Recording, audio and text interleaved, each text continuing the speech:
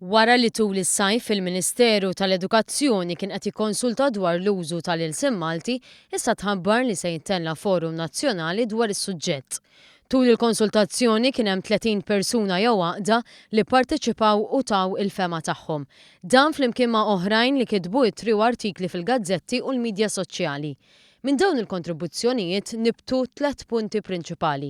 Fosthom l-irwol li għandu jkollu l-Kunsill Nazzjonali tal-Malti fit-teħid tad-deċiżjonijiet fuq il-ġejjieni tal-Malti, jiġifieri jekk ikunx regolatorju jew inkella konsultattiv. Tqajjem ukoll is-suġġett dwar l-aġġornamenti fir-regoli tal-ortografija, b'mod partikolari l-ismijiet tal-pajjiżi u bliet barranin u l-kliem ta' nisel barrani.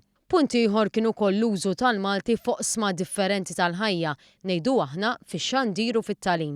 Il-Ministru Evarist Bartolo spjega l-għanijiet tal-Forum Nazzjonali dwar il-futur tal-Ilsiem Malti. Se niddiskutu wkoll il-futur tal-Kunsill tal-Ilsiem Nazzjonali tagħna tal-Malti.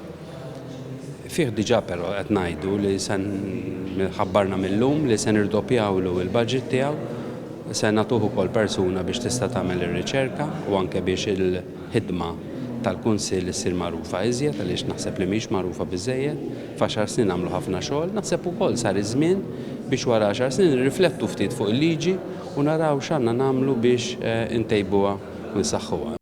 Il-Ministru qal li lan huwa li ssir aktar riċerka fuq l-Ilsien Malti u l-Kunsill ikun jista' jsaħħaħ ir-relazzjonijiet pubbliċi tiegħu mal-entitajiet pubbliċi u l-pubbliku in ġenerali. Il-President tal-Kunsill Nazzjonali għall-Ilsien Malti, Ray Fabri, esprima x-xewqa tiegħu li l-pubbliku jsir jaf aktar dwar il-ħidma tal-Kunsill.